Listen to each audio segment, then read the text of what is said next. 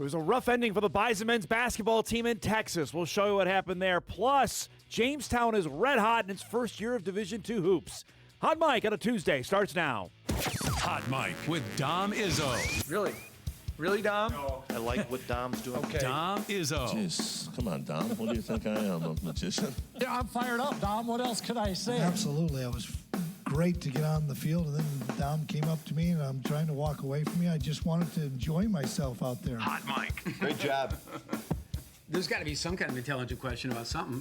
Coach Dom Izzo, WDAY in Fargo, North Dakota. Can you give me a layup or something? Hot Mike. Presented by Northwestern Mutual. That program is second to none. On the networks of WDAY. You know, if it's not about sports, I find it very hard to concentrate.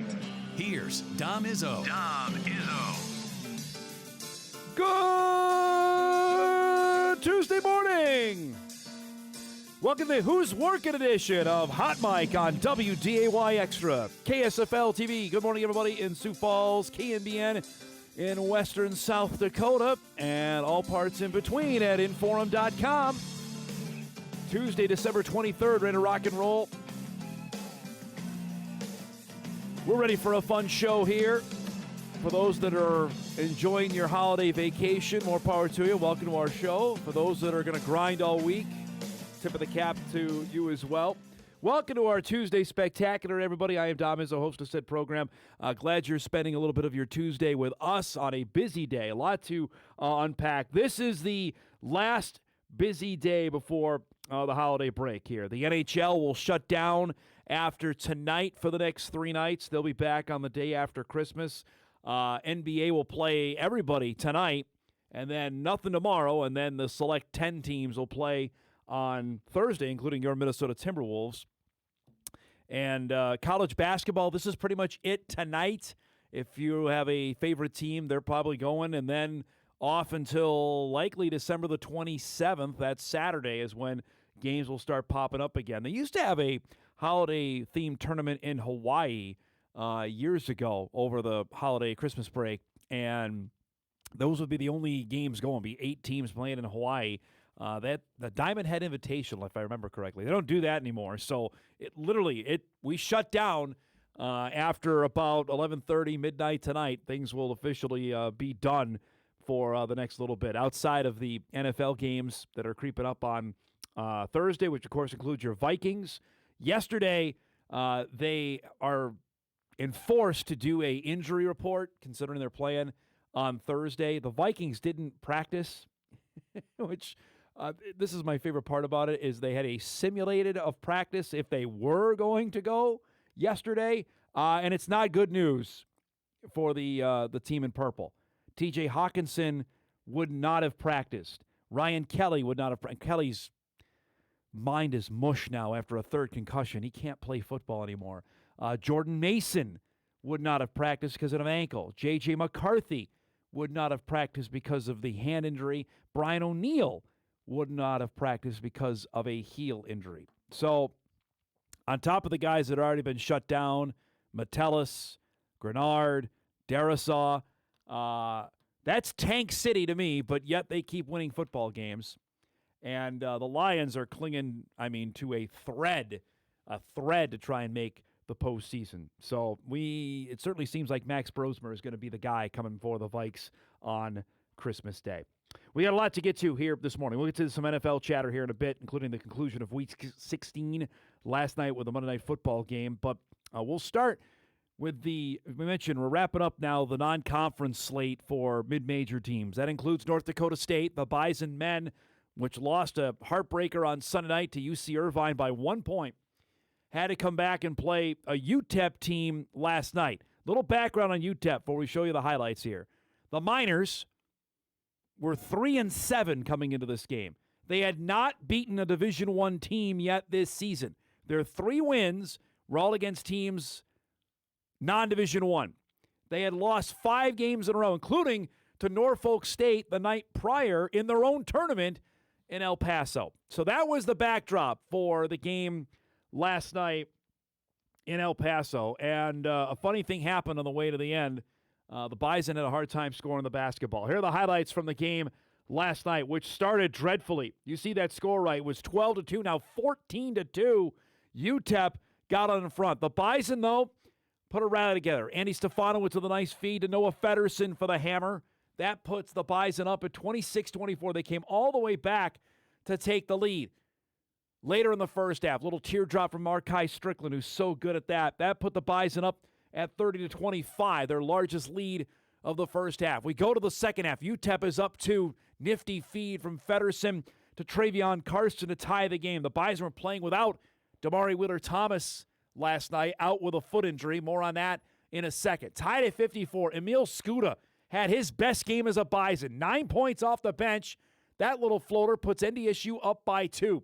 Miners are now up 59-58. Skip pass to the freshman Riley Massey, who cans a 3. Bison take the lead at 61-59. Now UTEP back in front by 1. Bison would answer again. Stefanowicz, one of the rare Bison-made threes. They only hit 3 of them last night.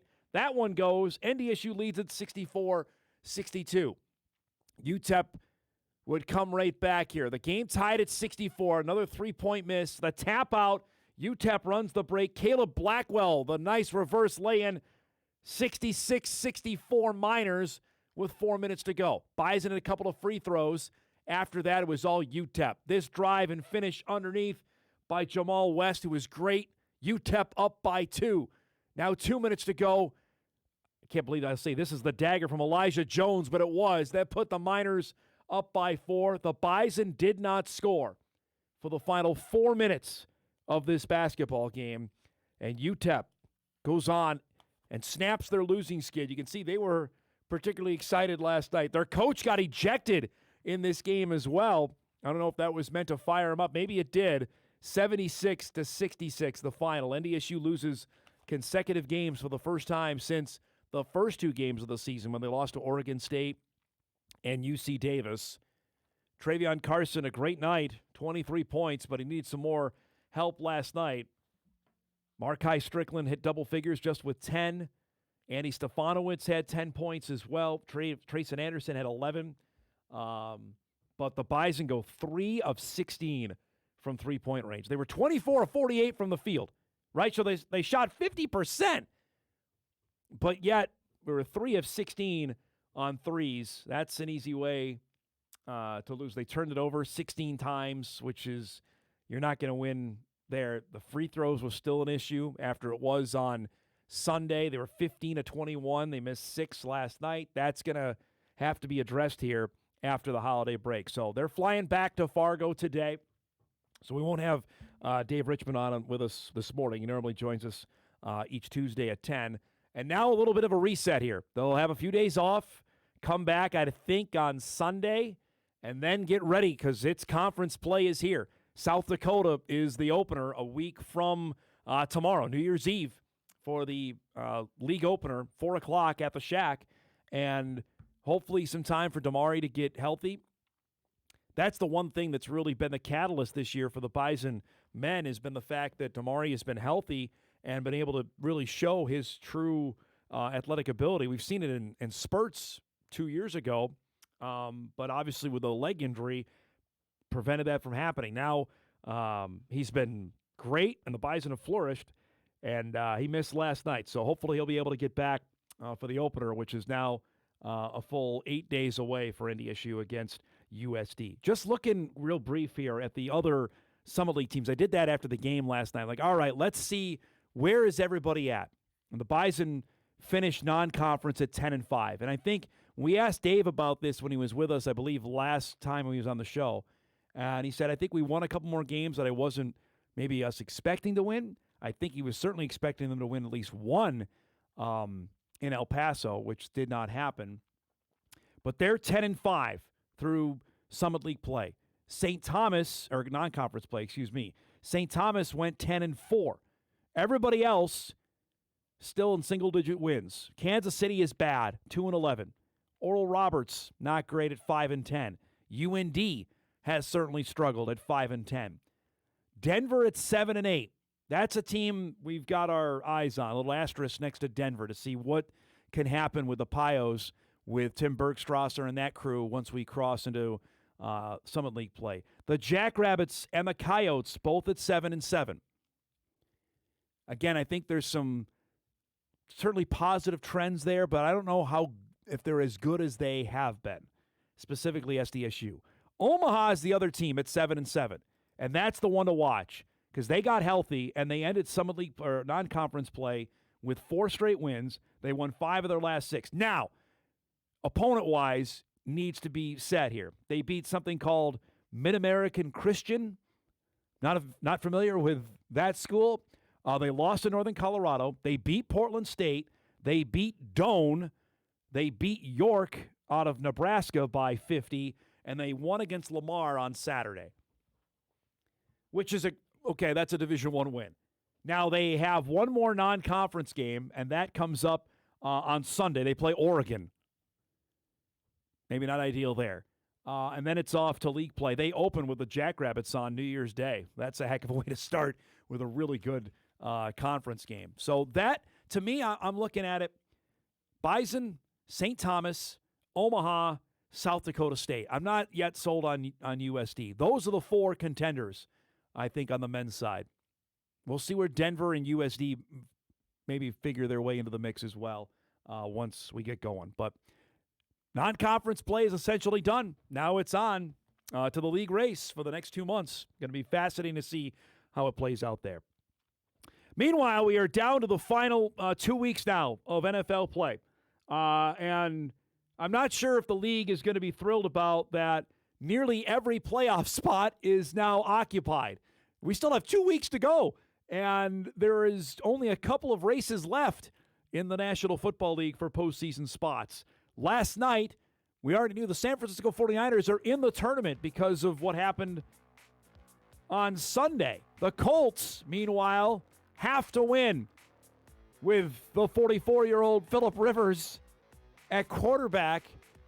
And just watching him out there slinging it, and I've got no rooting interest in this. It was still darn fun to see that. That's a touchdown there. This game, for a while, each team was trading scores.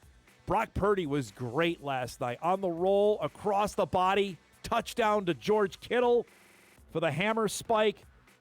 49ers go back in front at 21-14. It's 24-17 when Purdy hits Jawan Jennings for the touchdown. That makes it now a 31-17 lead. It's 34-20 when the Colts answer back on a Jonathan Taylor touchdown. It's 34-27. Don't forget, 49ers have this guy as well. Christian McCaffrey breaks through on a 3rd down, picks up a first, keeps the drive going, and then if you can throw it to him in the flat, oh boy, there's no one there. 41-27. That was Purdy's 5th touchdown pass of the game. How about a pick 6 for good measure? D. Winter steps in front of this one from Rivers. Takes off 74 yards for a touchdown. That made it 48-27 San Francisco. 49ers, by the way, control their own destiny. They win their final 2. They got the Bears and the Seahawks. There's no easing into the end part of the schedule. But if they do that, they are going to be the number 1 seed in the NFC. They won last night 48-27. So this is the up-to-date NFC playoff standings as we have 2 weeks to go. Seattle in front at 12-3. But remember, that game with San Francisco looming in the final game of the season that could determine everything, as we may see here for the final game of the regular season. The Bears in the 2 spot.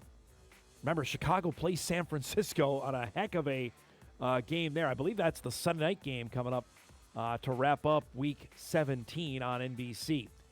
Philly owns the 3 spot. Carolina and Tampa will battle it out for the final likely spot, the NFC South champion. San Francisco's in the tournament. The Rams are in the tournament. And then the Packers and the Lions are battling it out for the final playoff spot in the NFC. It's remarkable. I mean, I don't think, again, that the commissioner would be thrilled. Hey, if we want to go to 18 games, we may have everything wrapped up with 3 weeks to go. This is it. There are just 4 playoff spots up for grabs with 2 weeks to go. On the AFC side, the Steelers and the Ravens for the AFC North title. The Texans and the Colts for the last AFC wild card. That's it on the AFC side. Now, granted, we still have seeding to figure out. You see, Denver and New England are each 12-3. The Broncos have the edge for a better conference record. Jacksonville's still in the mix as well, just a game back. And they have the head-to-head now on Denver. We mentioned the Steelers are going for the AFC North Championship. Then you've got the Chargers, the Bills, and the Texans right now. Everybody in double-digit wins outside of the Steelers, and Pittsburgh can get there if they win this weekend. Colts now need a lot to go right, and they need everything to go wrong for Houston for them to potentially make it. So that's it. 4 playoff spots up for grabs. Steelers versus the Ravens for the AFC North title. Panthers versus the Bucks for the NFC South. Texans versus the Colts for the last wild card. And the Packers versus the Lions for the last NFC wild card spot. And we're going to have games all over the place here over the next few days. Obviously, 3 games on Christmas Day. There's going to be a pair of games on Saturday, one on NFL Network, another on Peacock Saturday night. I believe that's the Packers and the Ravens game, has been picked as a Peacock exclusive. So you're looking, hey, you're a Packer, you're looking for the game. Peacock has the game on Saturday. Then the rest of the NFL schedule on Sunday with the Monday night game. And then we're off to the final week. We look forward to it so much, and now it's almost done. But that's where we're standing here with 2 weeks to go in the season. We got a packed show coming up for you here today on this Tuesday morning. Glad you're joining us. Our guest lineup is brought to you by Northwestern Mutual. Coming up in a few minutes, Mike McFeely will join us. I believe Mike and I's final appearance for 2025, so we'll send it out in style. We'll chat whatever Mike wants to talk about on a Tuesday morning. Why not? Holiday vacation has begun for some.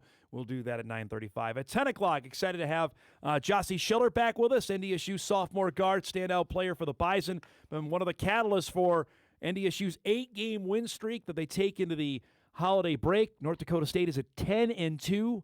They will play a week from yesterday. They'll be their final non-conference game against St. Mary's out of the MIAC, and then it's on to Summit League play for the Bison. They'll begin on the road with a trip to Oral Roberts in Denver to start Summit League play. So we'll talk with Jossie about that coming up in our second hour. And at 10:35, Casey Bruggeman will join us, head coach of the Jamestown men's basketball team. We featured the Jimmies on our Best of the Weekend yesterday. Winners of 5 in a row. They just came in and beat the Dragons on Saturday. Quite the transition in their first year of Division II basketball. Don't seem to have any hiccups there. We'll talk with Casey about that coming up at 10:30. That and a heck of a lot more here on a busy Tuesday. All right, we'll take our first break. We come back.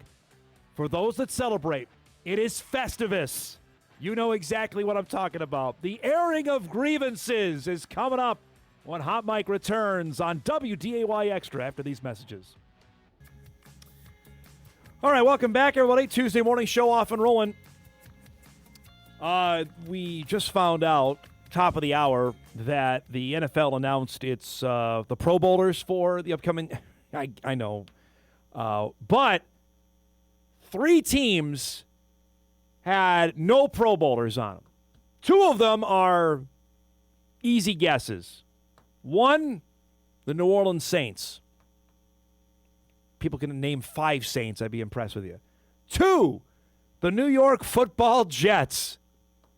We earned that one. Yeah. Actually, all the players you probably would know don't play for the team anymore, right? Sauce Gardner doesn't play for them anymore. Quinnen Williams doesn't play for them anymore. If you know who their quarterback is, that's awesome because no one ever heard of him prior to 2.5 weeks ago. So that's 2. Number 3, the Minnesota Vikings. And that, honestly, that kind of tells you the kind of year they've had. Right now, ESPN would also project the Vikes to get the 14th pick of the first round. That is such a Viking thing to do, right? To pick right in the middle of the first round. You're not bad enough to pick in the top half, and you're not good enough to be in the back end. You're right square in the middle. That is such a Viking thing to have happen. So that just came in here as well. Now, Today is a busy day here around the office where apparently it's ugly Christmas sweater day, which I applaud Maddie and her staff for doing that. I will say, though, you were negligent on the actual holiday. It is Festivus today. And for those that do not know, it is that's typical for someone that doesn't understand what Seinfeld is. You've probably never seen a show, correct? Eric Bedell, have you ever seen Seinfeld? Exactly. So that's exactly right.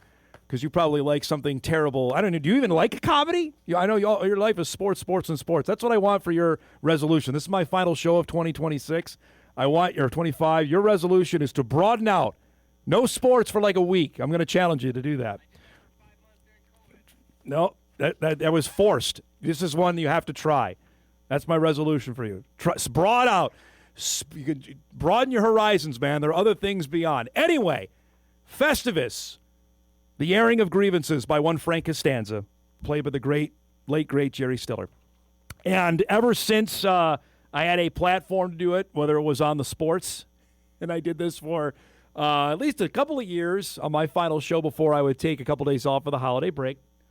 And I would always focus it extreme local airing of grievances because there is a few traditions of Festivus. One is the airing of grievances where you tell everybody how they disappointed you, according to Frank. You had the feats of strength, and that was the second part of it.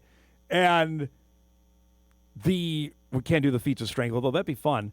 The airing of local sports grievances took off. And I'd like to say we have remedied some of them. Some of them have been addressed, which is great. I'd like to think that us putting it out there has made some of these go away. Now, while some have gone away, others have crept in.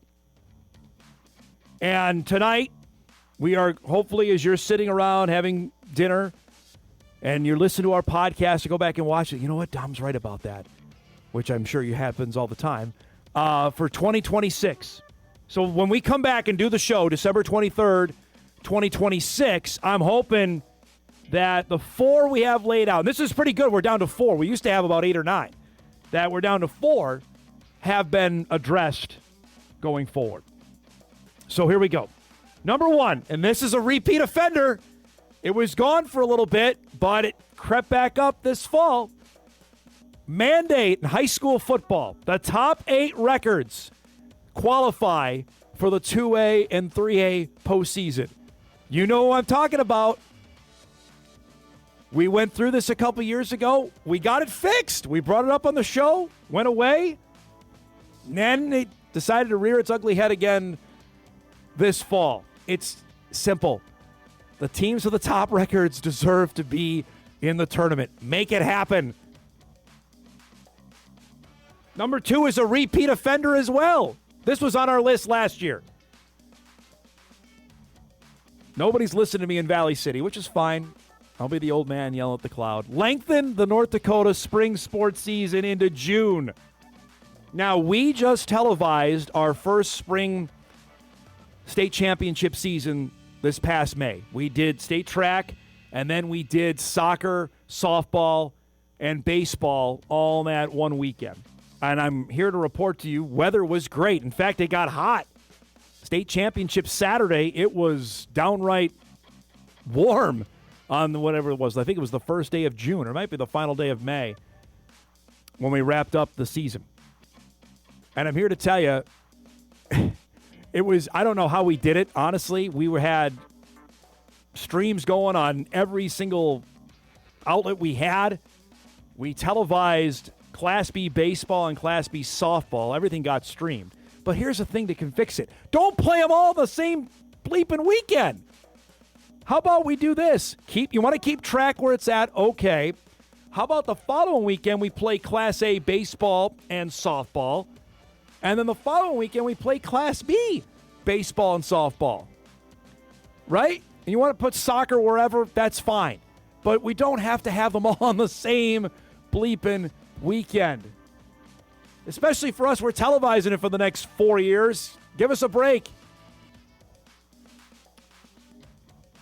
Number 3.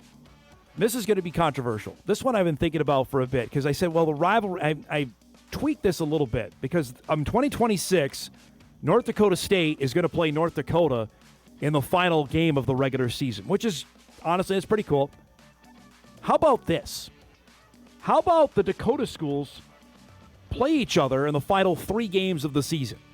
Right? You want to spice it up and make it, because we know Illinois State notwithstanding this year, and tip of the cap to the Redbirds, but we typically know that the Dakota schools are going to be probably the best schools in the conference. So you want to give it a little spice, and we avoid having Murray State play South Dakota State in like week 12 or week 13. How about this? Let's have Coyotes play UND, they play the Bison, and play the Jacks to wrap the regular season. If you're NDSU, right? How about you play UND, USD, SDSU, your final 3 games of the year? Now can we talk about that? I'm sure coaches would be like, hell no, want no part of that. We don't want that murderer's row schedule to end the year. It's not the worst thing we've ever had, right? I mean, we're dealing with a league that, for some reason, at NDSU play Youngstown State every year, despite the fact they were the furthest apart. And also, they flexed out Northern Iowa out of the Bison schedule. So if you want to get creative, maybe add some juice for our guy Kyle Grooms and Jeff Jackson, who run the league. Here you go. Here's some free advice right here. Can we do that? Last one. We got to move high school tournaments, and this is going to be offensive to people in Dickinson, who I appreciate watching the show, and Jamestown. We can't have any more state tournaments in your cities. We just can't. And I'm sure Jamestown's going to do a great job at the Civic this coming March with the girls' Class A. That's a step up. They've had the girls B there each of the last 2 years. I think there might be some real concern on hotel rooms, depending on, like, if Devil's Lake makes it. If the Kindred girls are there. South Prairie is good. Bring some people. You know, Valley City. I know it's right next door, but there's going to be a rush there. And then for the spring season, Class B baseball and softball are going to be in Jamestown. I love Jack Brown. It's not conducive for television. It just isn't. Softball is worse. And this is going to come off as, and I understand, and I'll take the heat on it, where we want everything on the eastern side of the state. Where are the best facilities? I think anybody that went to the Class A tournaments last year in Grand Forks suddenly realized, all right, UND's got a heck of a softball complex, and Kraft Field has been renovated. That was pretty darn good. And obviously, I think the Beezers love their opportunity to play at Newman and at Therrelton Park on the north side of Fargo for NDSU softball complex. The fact that they're going to go unused makes no sense to me. Like, granted, Minot's got great stuff. Mandan does too, sure. But football doesn't move. Track doesn't move. Wrestling doesn't move. Why are we sharing? I understand sharing is caring. Elmo tells me that every day. But why not put it in the best facilities we have? There it is. Airing of Grievances 2025 in the books. Let's come back in 2026 on December 23rd and see how many have been rectified. I'm confident one of these will be done. I'm hopeful for 2. We're shooting for 50%. We'll see. We'll break. We come back. Our final visit of the calendar year with our guy Mike McFeely. He'll send us out with a bang in 2025. That's coming up when we come back. Oh, it's Mr. McFeely. I have seen the future, and he was wearing number 5, and I ain't talking about Robbie Grimsley, folks. Took out the muffins, took out the trail mix, took out the cookies. They stole the monster cookies. Wow, that's awesome. That is so awesome. Let's do some broadcasting. Yeah. There it is, our final appearance of 2025 with our guy Mike McFeely from the Forum of Fargo-Moorhead. Happy Festivus to you. I know you celebrate and honor that. Each and every day, right? After listening to your ranting and raving from the green room over here, and by the way, great Isn't it pretty good? charcuterie spread. We're looking forward to 2026. Great, the mimosas are fantastic. Pretty good, huh? Yeah, it's really good, really good. I didn't have time for the foot massage. Oh, yes. From Brandy in there, but just the whole setup is just top notch. We try our best. But let me say that you are no Frank Costanza. Yeah, there's no doubt about that. And don't take this personally. You and I know each other well. We're friends, long time. your take on the Valley scheduling all the Dakotas is literally the dumbest idea I have ever heard in my life. I mean, I cannot think of a dumber idea. Pretty bad than that. I mean, it's like, what? So let's take our 4. I guess Illinois State's got to be in there now too. Right. But let's take our 4 strongest programs. That's what I said. Yep. And let's have them absolutely beat the living hell out of one another at the end of the year and play the 3 most physical games of the year back to back to back to lead into the playoffs. Yes. You get a week off. That's fantastic. That's a great idea. And I'm sure that the coaches... I was going to say the coaches will go off on that one. Not that I really care. I'm sure that Paul Sek and those guys are watching up at the Bison offices if they're up there right now because they seem to watch you every week, which Why is... not? Or watch every day, which is really odd. Get a life, guys. But I just like, wow, okay. Hey. I mean, sure. You know what? All right, so why don't we, the day before the Olympic marathon, let's run an extreme marathon the day before that. Let's have the U.S. team run an extreme marathon the day before the actual Olympic marathon. Triathlon, right? Sure. Let's just have them, and then wonder then why they can't win. So good idea though. Nice try. I appreciate it. Yeah. Wow. It's good to see you. Thanks for Merry Christmas. Thanks for coming by as always. So you wrote yesterday we were talking about it Friday. The social media campaign got going on the return of North Dakota State's football team. I'm glad you're asking about my bowling night last night too. Thanks for that. I asked off air. How'd it go? I said don't be afraid to ask about it on the air. I mean, do you need a cue card? I mean, evidently I do. As a TV guy, you know that it's, hey, boy, Mike, tell me about your bowling game last night. How'd it go?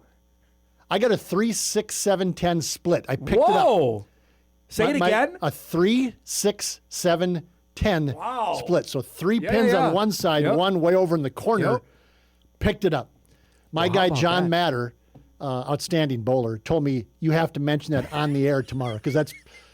He didn't say this. He said, but what he meant was, for a bowler of your very low caliber, Mike, that's really good. So congratulations. So be sure to mention that on the air. So there it is. Oh, that's a Christmas miracle. John and his, I think his dad are faithful viewers of this program. Which, I appreciate that. Again, guys, get a life.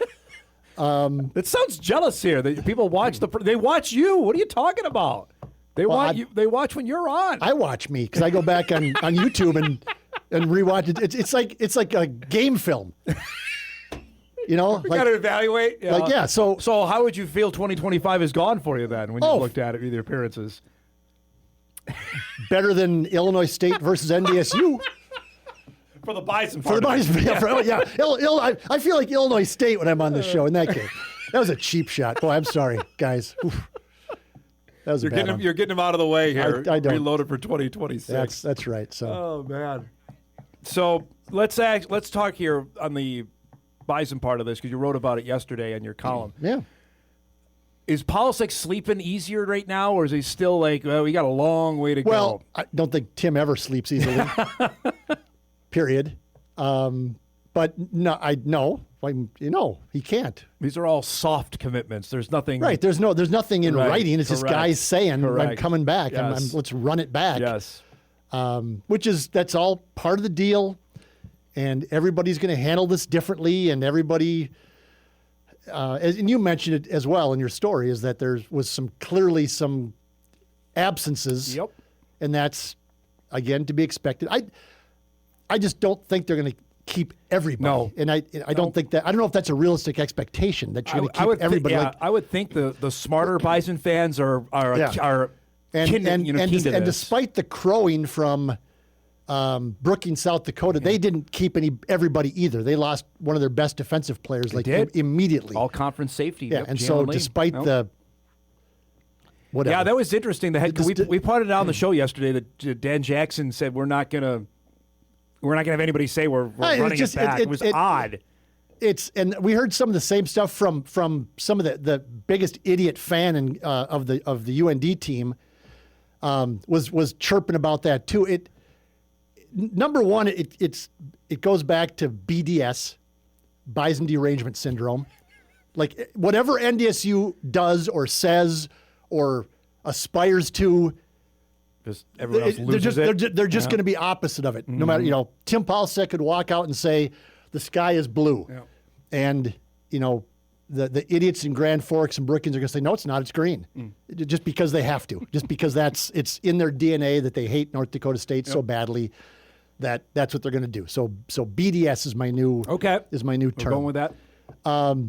The other thing is, and this is, you know what? I took a cheap shot at NDSU, so I'll take one at South Dakota State too.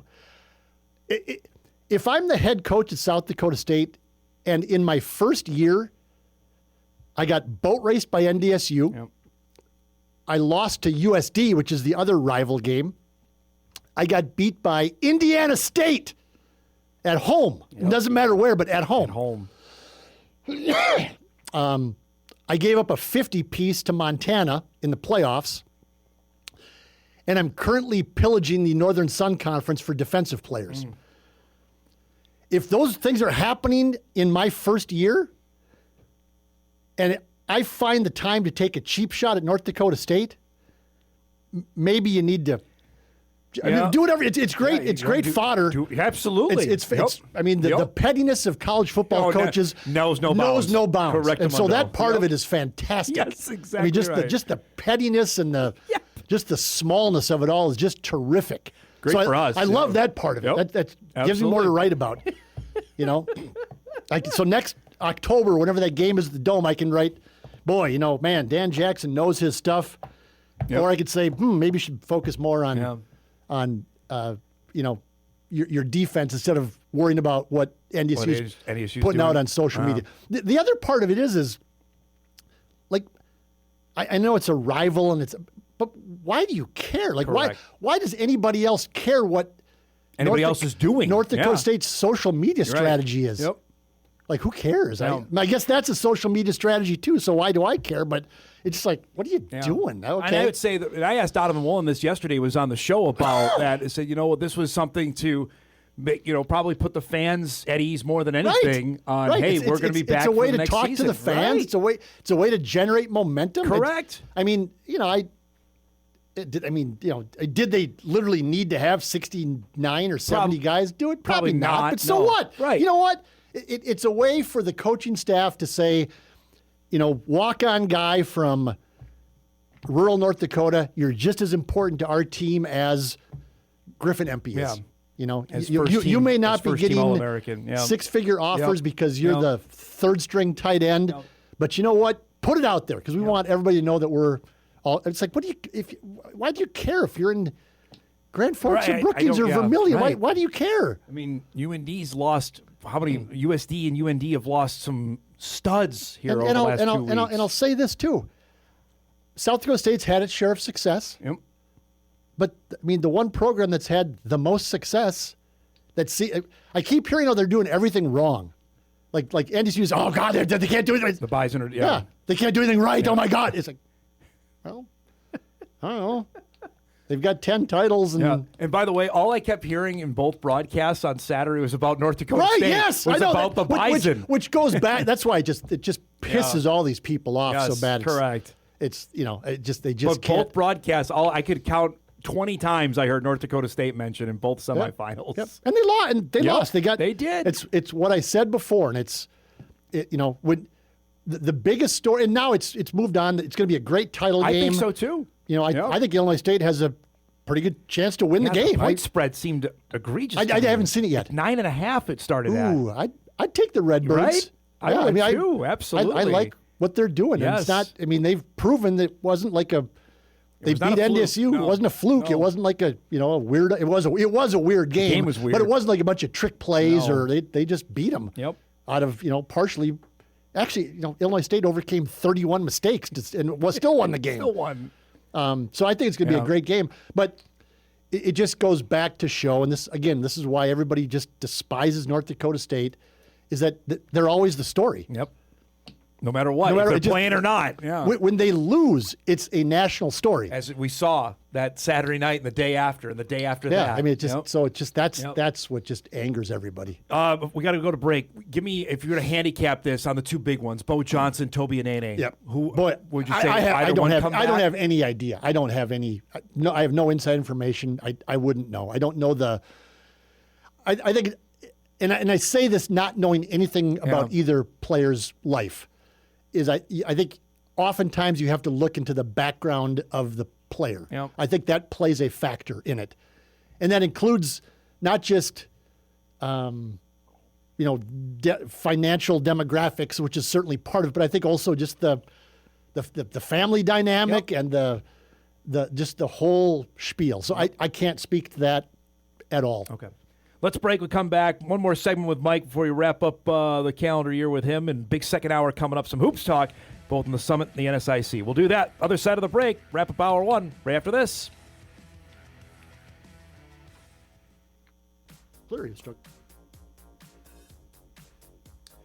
All right. Wrapping up our first hour back here with Mike. What's on the menu for Christmas Day?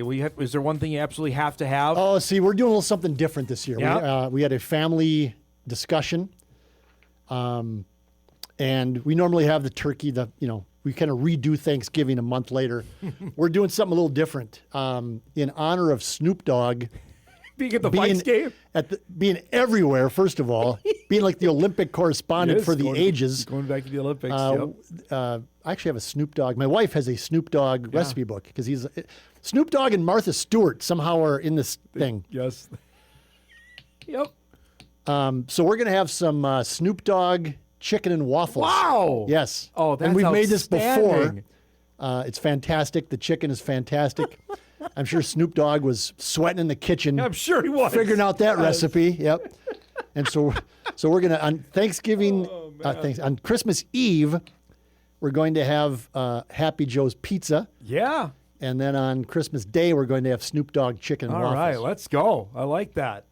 What time do you think Snoop is getting into the Vikes game? He's not getting there days, right? I don't.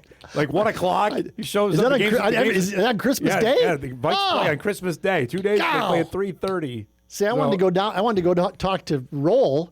Oh, yeah. And then I went, well, it's on Christmas Day. I don't want to do that. And then now Snoop Dogg is there. I definitely would have gone down there. Is he taking DJ Ski's place? My guy DJ Ski?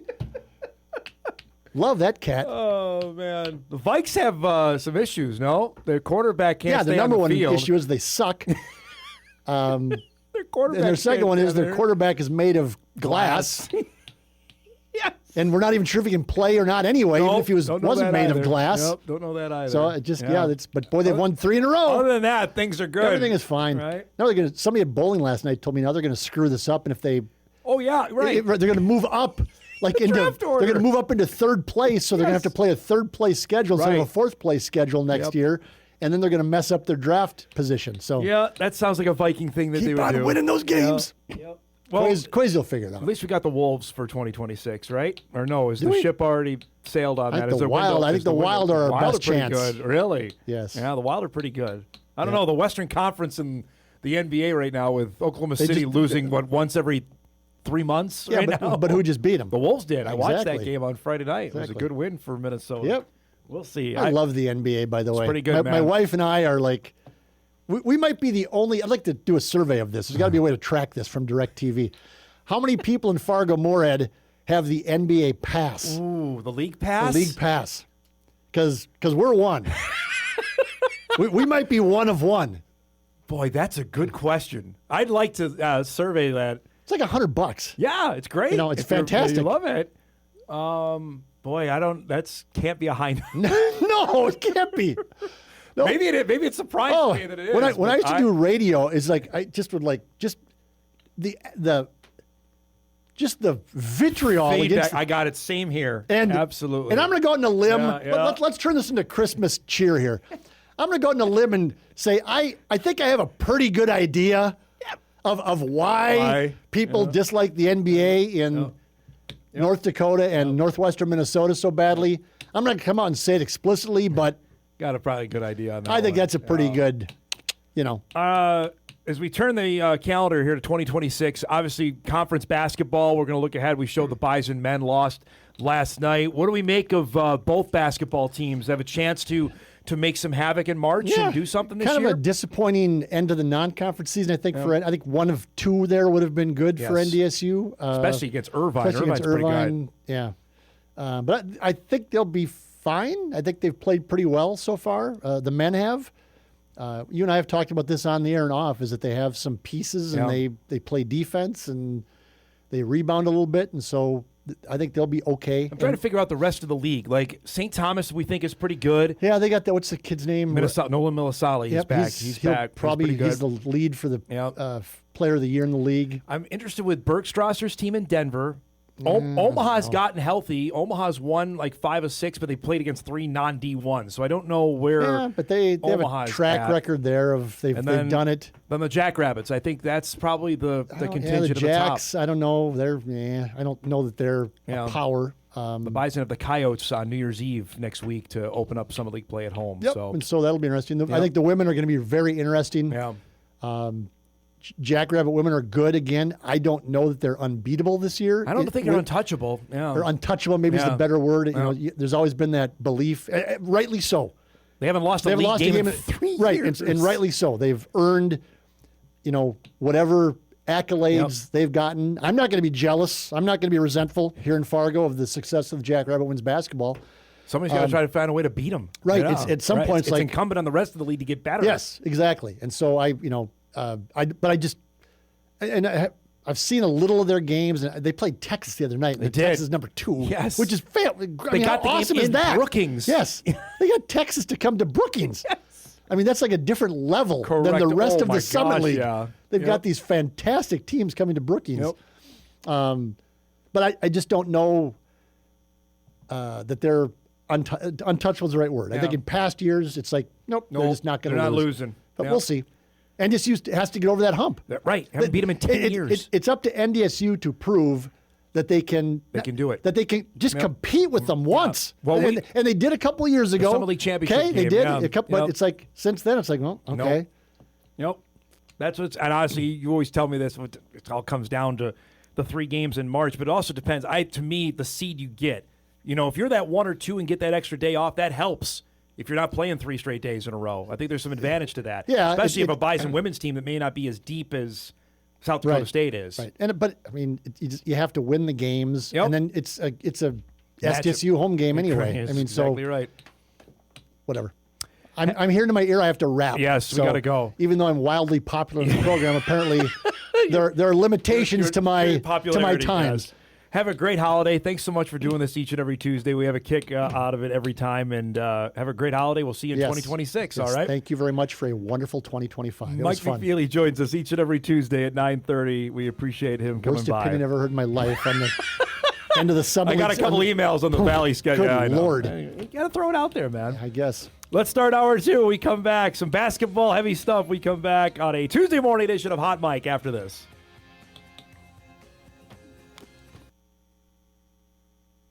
This is Hot Mike. Hot Mike. On the networks of WDAY. Here's Dom Izzo. Welcome back, everybody. Tuesday morning show halfway home. Tomorrow, fun show we got planned for you.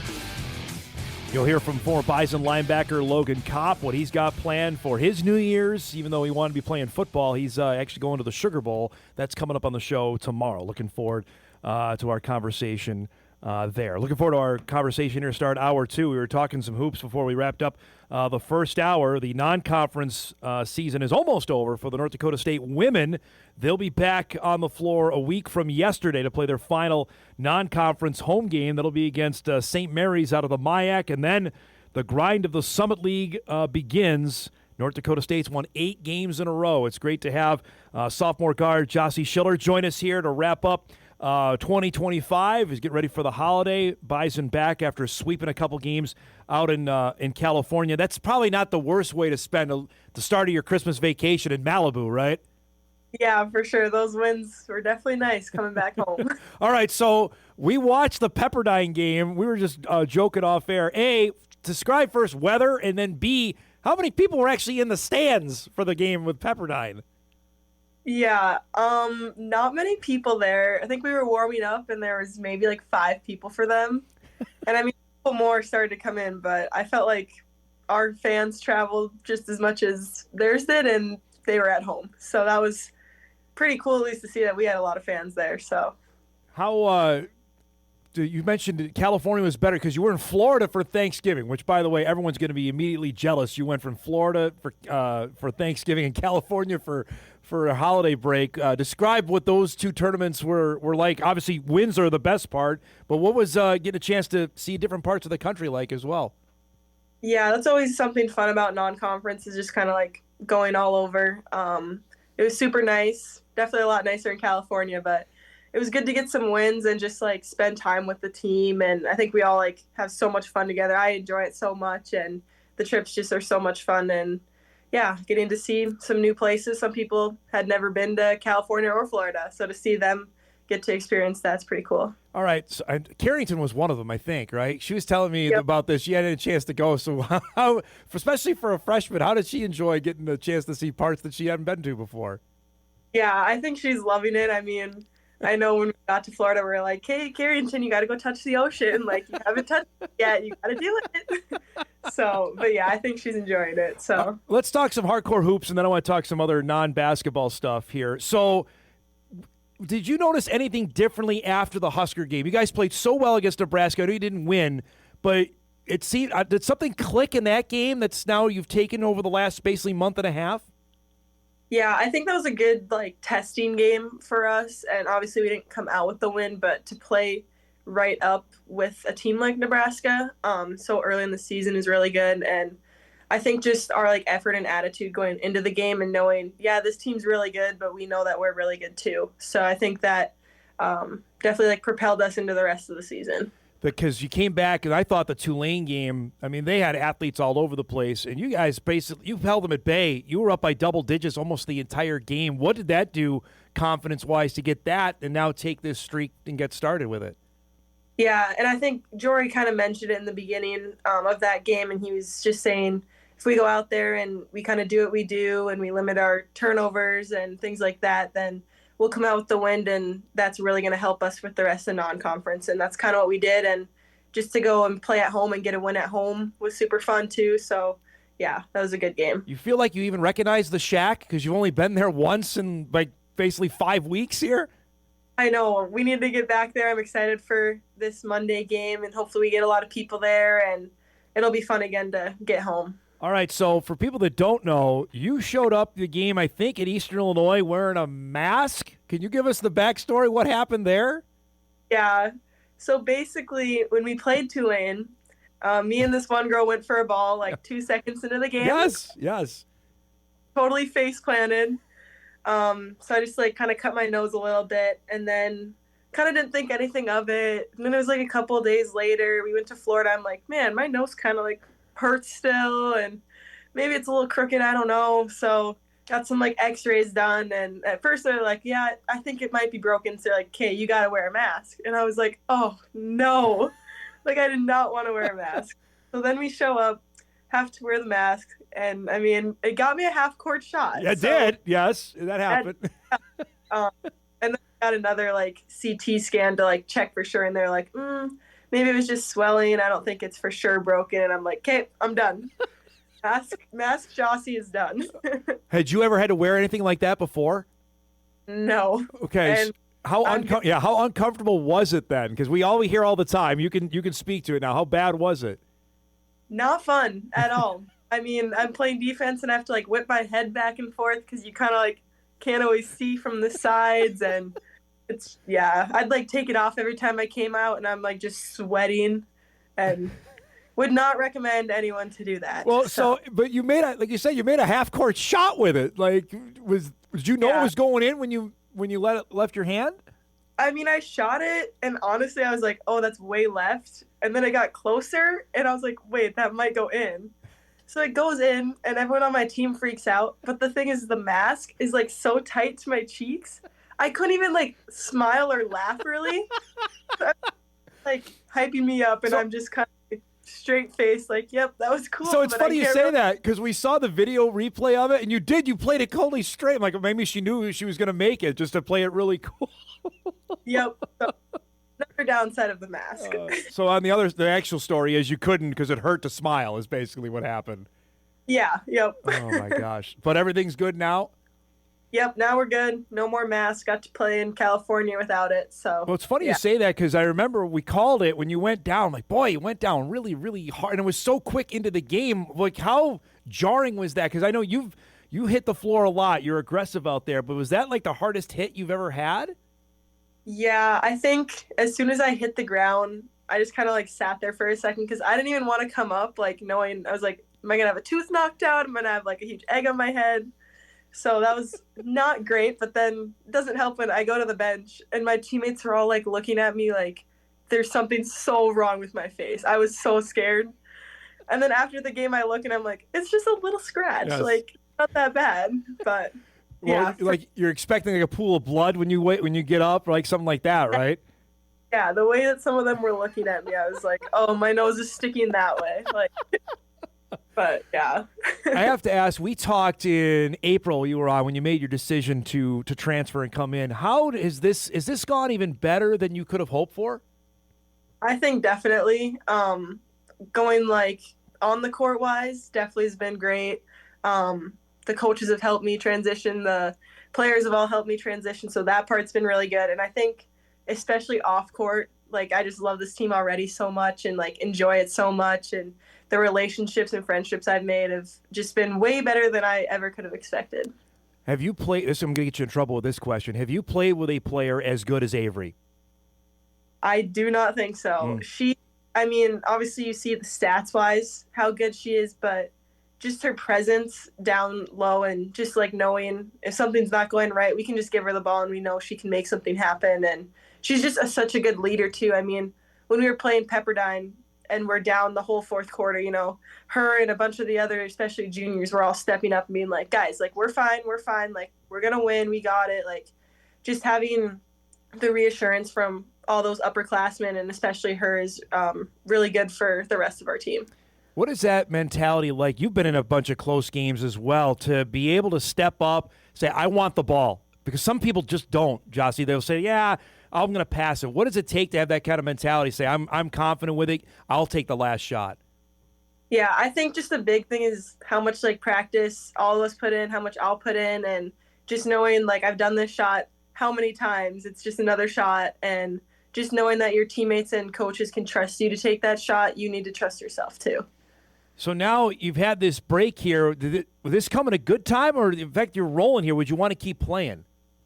Yeah, I mean, obviously this 8-game win streak is really nice. We want to keep rolling, but I think this team, even having this week-long break, we can get right back in the gym and get back to where we left off. But I think it's just good for everyone to go home, see their families, and kind of recharge a little bit heading into conference soon. So, I mean, you've played basketball forever. Are you like, can you separate it from it, or are you dribbling even like around the house? Like, how are you handling the days off here?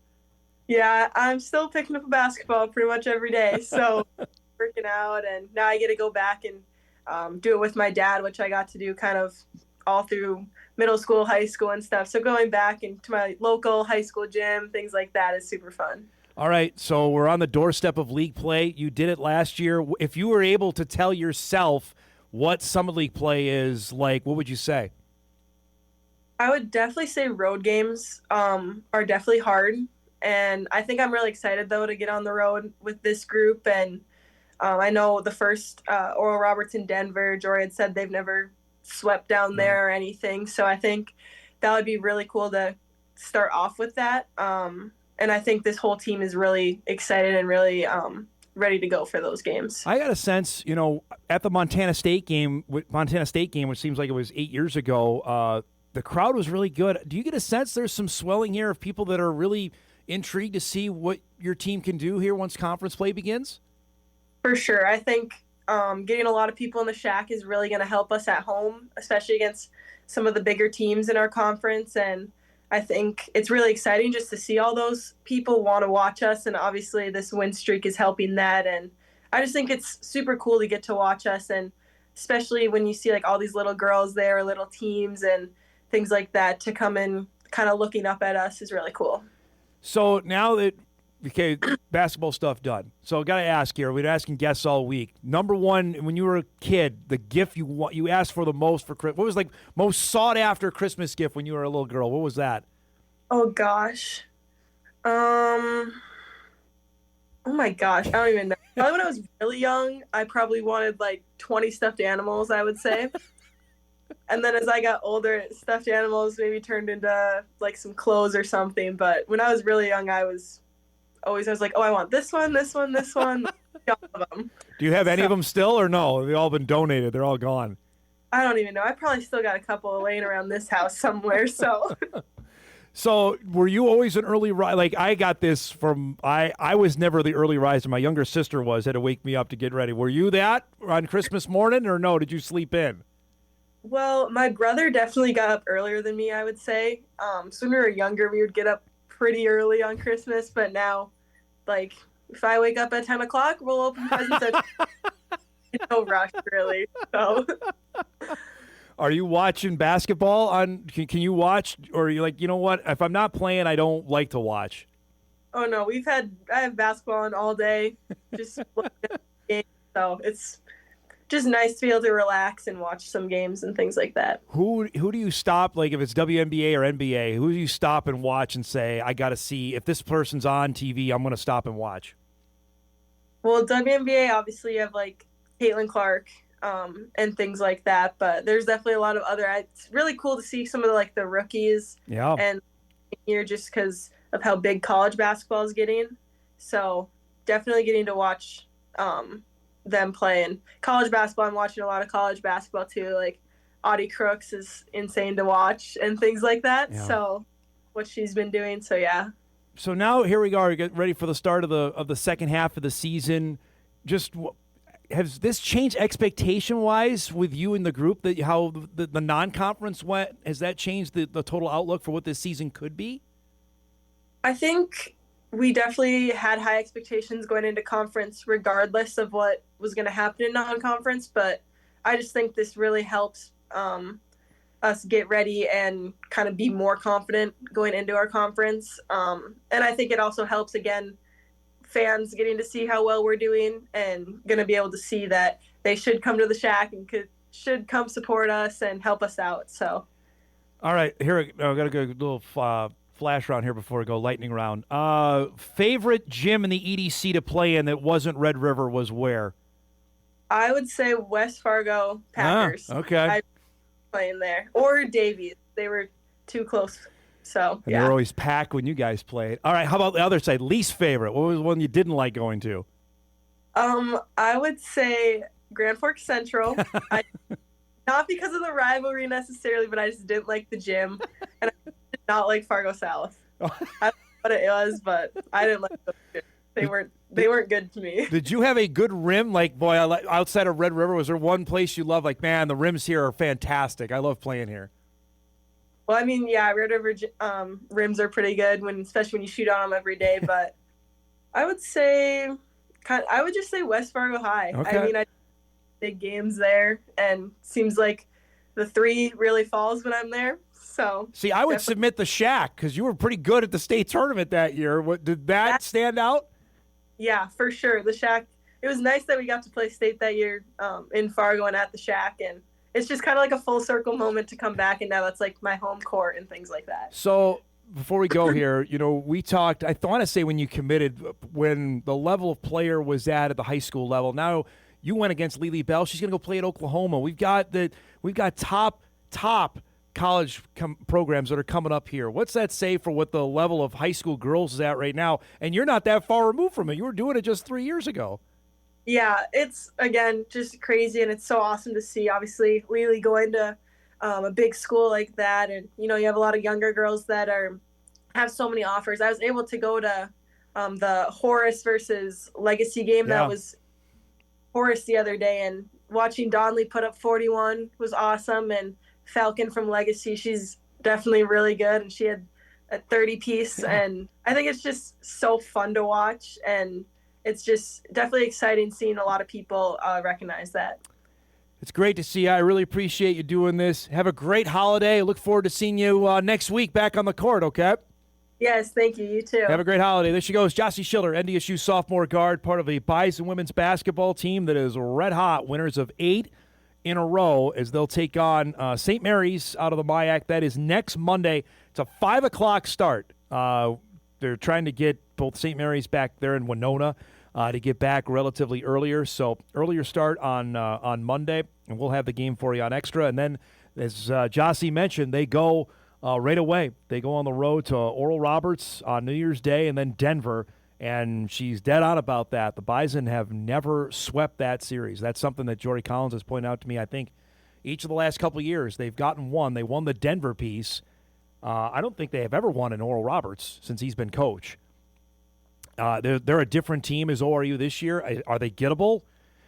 We'll see. How good are you? It's going back to our conversation we had with Mike to wrap up the first hour. How good of a team are you? Can you go and win a game like that? We'll find out. Appreciate her time. All right, we'll break. I got a bunch of emails reacting to a couple of the airing of grievances. Was exactly what we were doing it for. We'll read a few of those. Casey Bruggeman coming up here in about 15 minutes as well. Back on Hot Mic right after this. All right, welcome back, everybody. All right, thanks to Jossie for giving us a few minutes there. Little breaking news to share in the inbox while we were visiting with Jossie. UND Volleyball has announced its next head coach. They parted ways with Jesse Tupac after the season wrapped up, and a program that's been going south here for a better part of 5 or 6 years. UND Volleyball used to be really, really good. David Wynn has been hired as the new UND Volleyball coach. He comes from Fairleigh Dickinson. Spent the last 3 seasons there with the Knights in New Jersey, and now will be taking over a Fighting Hawks team that has routinely finished in the bottom of the Summit League, haven't even made the conference tournament, I think, over the last couple of years. So he'll be the new UND Volleyball head coach. So another hire for Bill Chaves, which is his 4th separate hire he's had to make here over the last, 13, 14 months, with it being football, women's basketball, hockey, obviously, now, and soccer thrown in. Now actually 5 when you throw volleyball into the mix. So nearly a complete overhaul of staff up in Grand Forks. All right, let's get to a few emails off the Festivus airing of grievances. Dom, I agree with you. The best facility should be the site of state tournaments. If you want to be all in on that, location plays a part in that. So the best place for basketball in the state is Bismarck, and if you can persuade Fargo and Minot, I'm all in. I wouldn't argue with that. The one caveat I would throw at this, because I got people in Jamestown who watch the show, and I appreciate that, are ready to throw me out in the street. The Civic is fine like 20 years ago. I know they've upgraded it. They've done what they could. It's just, to me, that's not where you want to go. If I had my druthers and I could control where I want to put it, I would put one of the state tournaments at the Betty now. That, if you ask anybody that went to the Betty for the Class B girls in 2019, heck, 2020 was the last full event we had before the world shut down. And it was great. We were up there. I mean, we had Langdon and Grafton play for the championship that Saturday night. And we had 4,000 people there for a girls' Class B game. The year prior, when Kindred and Rugby played, we had the same amount. You ask people, go back, the Kindred-Thompson game in 2019, we had 4,000, maybe 4,400 people inside that building. That is a prime spot to host that event. Now, the calendar doesn't coincide because UND hockey, sometimes at home, or the Summit League is obviously wrapping up its regular season. But if you could somehow figure that out, then boy, you got something there. You're cooking with gas then, because I think you could rotate it then, because I think you're missing out. The Betty is a pretty good environment for a specific level of basketball. Like you had the Class B girls back there, that'd be pretty darn good. And you can avoid people who don't want to go to Fargo, or as it was labeled in my email, Imperial Fargo, that people think of that. Okay, fine. You can go to Grand Forks. I have no problem going to Minot. I got no problem with Bismarck. Those are great basketball facilities. We've got some other ones that, and heck, if you want to go to Jamestown, go play at the Newman Arena, which I know isn't big enough, is what they tell me. But that one is at least more modern than what the Civic is. is my 2 cents on that.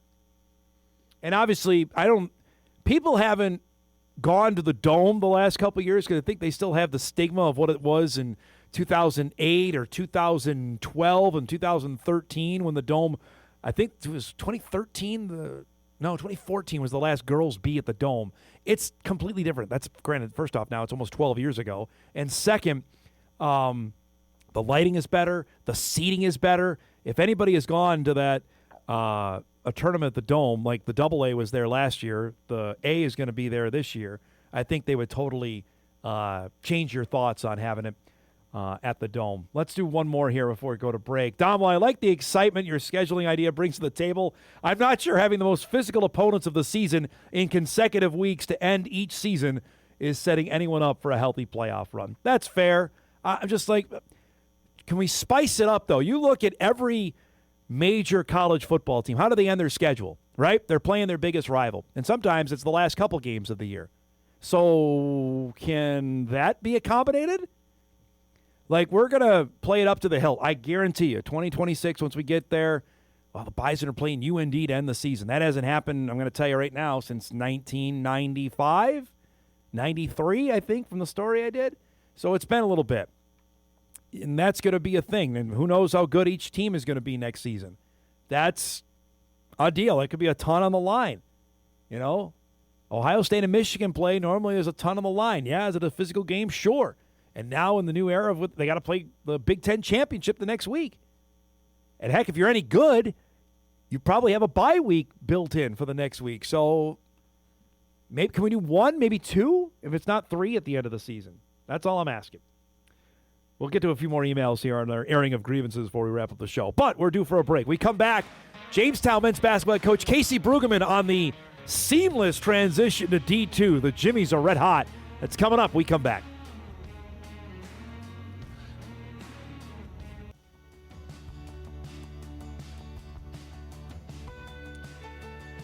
All right, final half hour here of this Tuesday morning spectacular. We mentioned it yesterday on our Best of the Weekend. In case you missed it, the University of Jamestown men's basketball program has had no problem moving up to Division II. The Jimmies have won 5 in a row. They went in and beat Minnesota State University Moorhead on its home floor on Saturday night. Jimmies take a 5-game win streak into the holiday break, and they've won 3 games in overtime. They're living on the edge. Head coach Casey Bruggeman is back with us here to chat about how easy the transition has been. At least you made it look easy. Describe how has this gone even better than you could have hoped for so far? Well, Dom, thanks for having me on. It's great to reconnect here right before the holidays, and we've had a fun season. I'm still trying to recuperate my voice from how many close games we played this year. 3 overtime games, and it feels like every game has gone down to the wire. So it's certainly not been easy, and there's been a lot of challenges in especially our half of the conference in the Northern Sun. Every night it could go either way. We're very close from our record looking even better and very close from our record looking much worse, but that's pretty fun to go into every game and know that it's going to be a battle. There's a great group of coaches, and we're just grateful for the opportunity to be in the NSIC this year. So you win a double overtime game with Mary. You win a triple overtime game with Bemidji. What does that do? How does that galvanize your team with wins like that?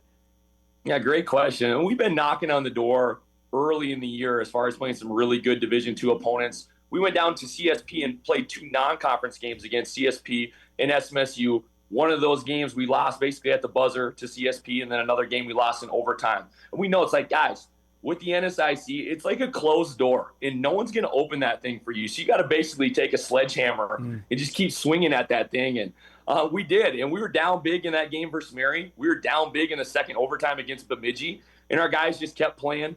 We were fortunate enough to make some shots down the stretch and pull out 2 victories. And I think we've carried a little bit of that momentum into this week or this past week when we got 2 wins. But it's just really guys staying in the moment and competing as hard as they can. We got a great group of guys, great group of coaches, and they make my job easy for sure. I think you had a lot of people sit up and pay attention with the way you played the Bison. I know you want to win the game, but did the guys take something out of that, how well you played the game in Fargo? I definitely think so, and that's a fun opportunity, and we're really appreciative of Coach Richmond having us over for that game for the 2nd year in a row.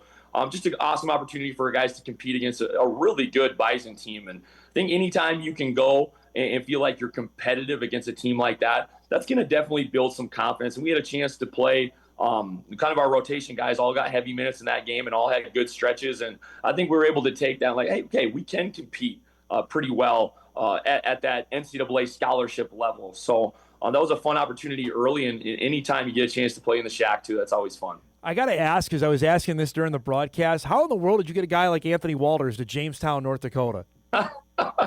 Luck, right? Sometimes in this game, it's better to be lucky than good.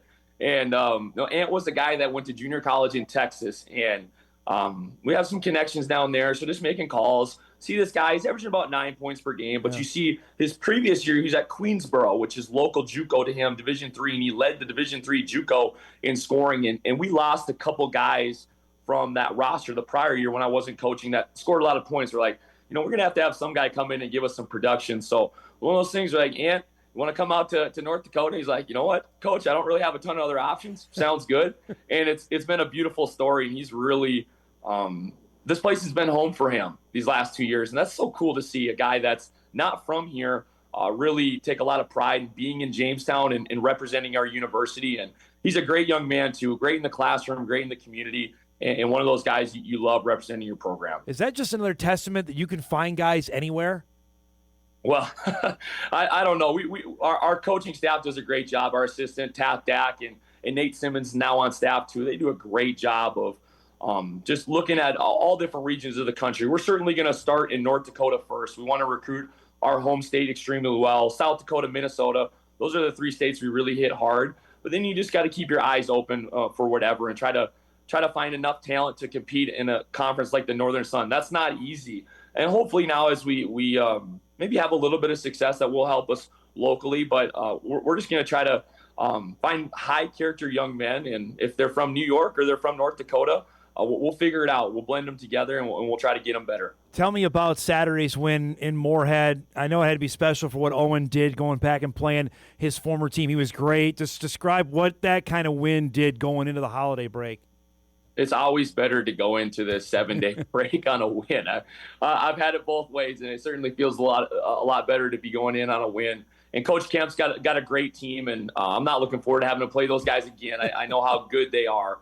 But for a guy like Owen Heckner, and there's no hard feelings for him going back to Moorhead. He loved that place, had 3 great years there, but just had an opportunity to play a little bit bigger role for us last year, and then head into his final year back in the NSIC. It was a cool opportunity for him to go into his home floor, and that can be a lot of emotions. Places where he's played at before, it can be a lot of emotion heading into a game like that.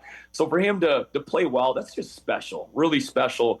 And for our guys, like Moorhead is the team here locally that at our level, they've been the top. That's where they've been. And you kind of look at that game, and our guys had a chance to see them live at that holiday tournament over Thanksgiving. We saw how big they were, how physical they were, how talented they were. So that's definitely a game that's kind of been circled on our guys' radar. And so it was just fun.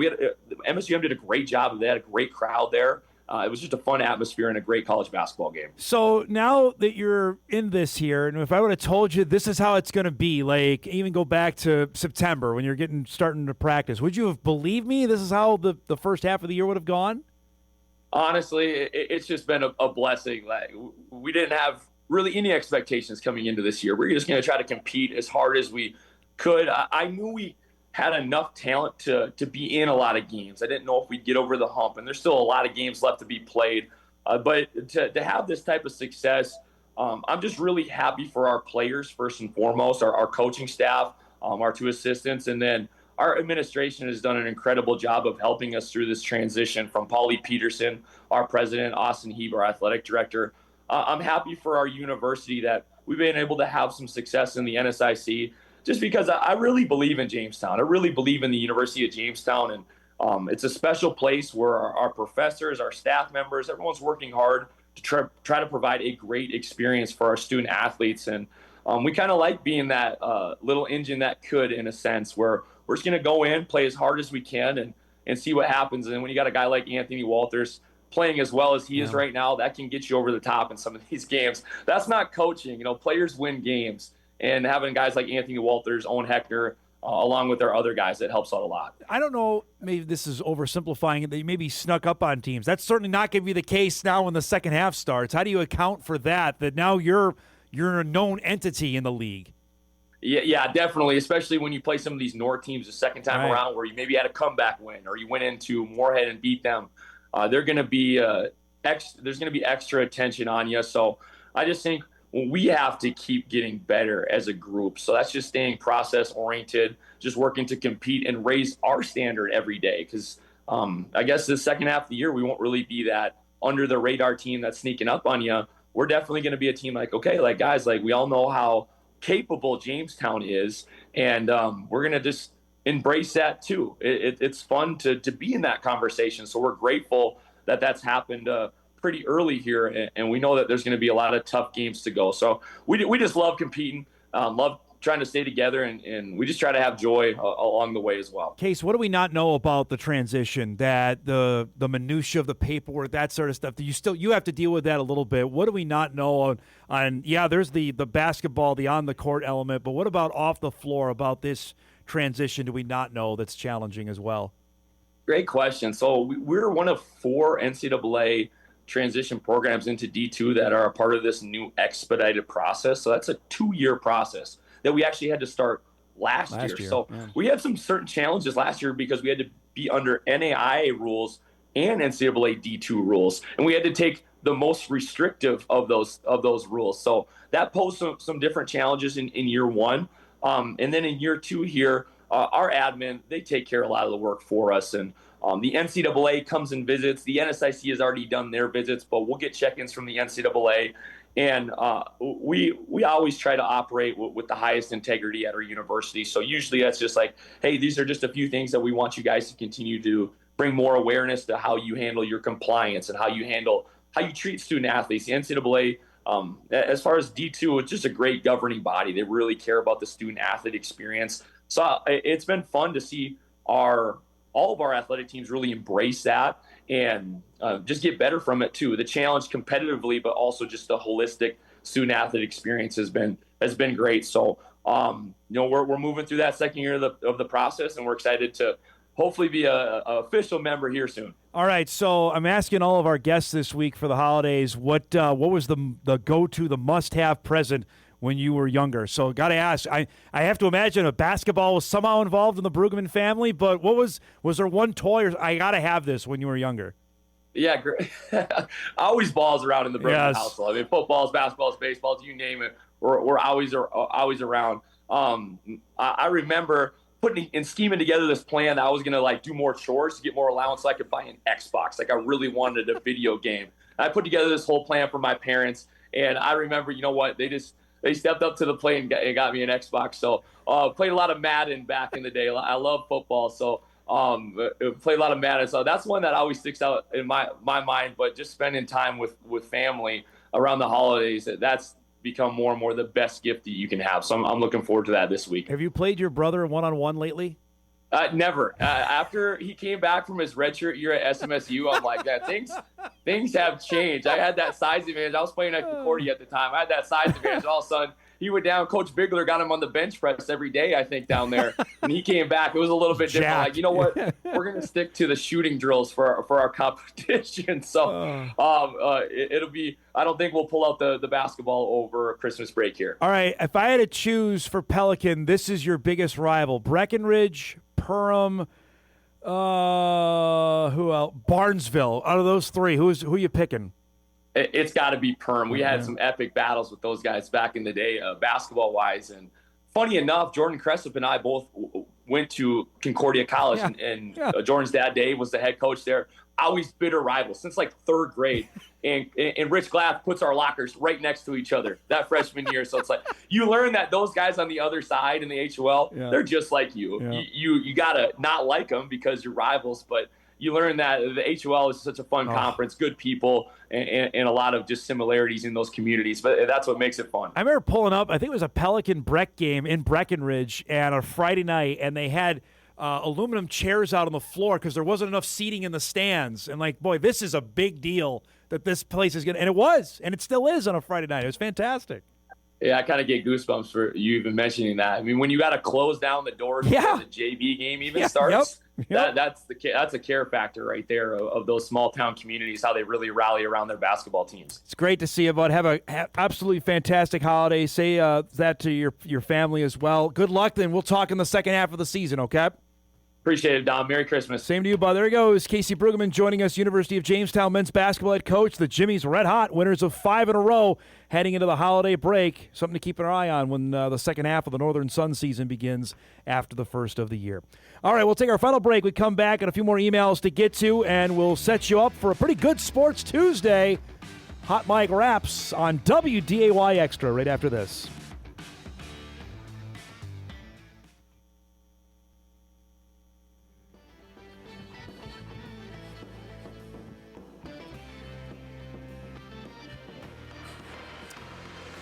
All right, wrapping things up here on this Tuesday. Tomorrow, Jack Strand going to join us, Minnesota State University Moorhead's former record-setting quarterback, on the end of the 2025 season, looking ahead to the American Bowl, all that kind of good stuff. He's part of our busy Wednesday Christmas Eve show. Looking forward to that. That's tomorrow here on the big show. All right, let's get a couple more emails in. If you missed our airing of grievances, it'll be posted later, and I'm sure there'll be some feedback to that. And there already has been, which is why you do it. Let's do a couple more here. Dom, you must not want to go to Jamestown. I've been to Jamestown many. I love Jamestown. Or Dickinson, for that fact. Dickinson is a top-notch baseball facility, and Jamestown spent a lot of money to get their arena up to state tournament standards. If I didn't know better, I would say you were a fan of the Grinch. I do love the Grinch. That has nothing to do with this. And this goes back to an earlier email we got in the show, that the best facility should be the site of state tournaments. And now, remember, this is more aimed at the spring season, that they pair baseball and softball together, A softball and baseball together, B baseball and softball are together in North Dakota. So if you're going to do that, you got to have them in the same city. Can they both host adequately with now television being accounted for it? That has to be part of it as well, along with the fans and hotel, the whole 9 yards. That's what I'm getting at. It might be a great baseball facility, sure. Can it adequately get the job done for a broadcast? That's part of it now. I know people think about that, but it's 2026. That's part of the deal. Everyone wants their streaming. They certainly want it free. If we're going to do it, how do we do it? You can't have it at a place that doesn't have a lift to be able to get the camera over the fence or to be able to see adequately the pitching mound. You just can't. And some of these places, I'm going to tell you, can't do it. I've been to near... All right, welcome back, everybody. Tuesday morning show off and rolling. We just found out, top of the hour, that the NFL announced its the Pro Bowlers for the upcoming. I know, but 3 teams had no Pro Bowlers on them. 2 of them are easy guesses. 1, the New Orleans Saints. People can name 5 Saints. I'd be impressed with you. 2, the New York Football Jets. We earned that one. Yeah. Actually, all the players you probably would know don't play for the team anymore, right? Sauce Gardner doesn't play for them anymore. Quinnen Williams doesn't play for them anymore. If you know who their quarterback is, that's awesome because no one ever heard of him prior to 2.5 weeks ago. So that's 2. Number 3, the Minnesota Vikings. And that, honestly, that kind of tells you the kind of year they've had. Right now, ESPN would also project the Vikes to get the 14th pick of the first round. That is such a Viking thing to do, right? To pick right in the middle of the first round. You're not bad enough to pick in the top half, and you're not good enough to be in the back end. You're right square in the middle. That is such a Viking thing to have happen. So that just came in here as well. Now, today is a busy day here around the office where apparently it's ugly Christmas sweater day, which I applaud Maddie and her staff for doing that. I will say, though, you were negligent on the actual holiday. It is Festivus today. And for those that do not know, that's That's typical for someone that doesn't understand what Seinfeld is. You've probably never seen a show, correct? Eric Bedell, have you ever seen Seinfeld? Exactly. So that's exactly right. Because you probably like something terrible. I don't know. Do you even like a comedy? I know your life is sports, and sports. That's what I want for your resolution. This is my final show of 2026. I want your 25. Your resolution is to broaden out. No sports for like a week. I'm going to challenge you to do that. No, that was forced. This is one you have to try. That's my resolution for you. Broaden out. You could broaden your horizons, man.